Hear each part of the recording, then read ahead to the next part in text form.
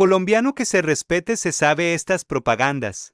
Díaz, ¿tiene un producto natural para la tos? Naturalmente, digan no a la tos con miel tertos, con totumo, sauco, eucalipto, miel y propóleo. ¿Y qué otros productos de Natural Freshly tiene? Apetifor, que mejora el apetito. Fibofor, fibra fuertemente natural. ¿Y qué antiinflamatorio tiene? Finacid, la solución antiinflamatoria de origen natural.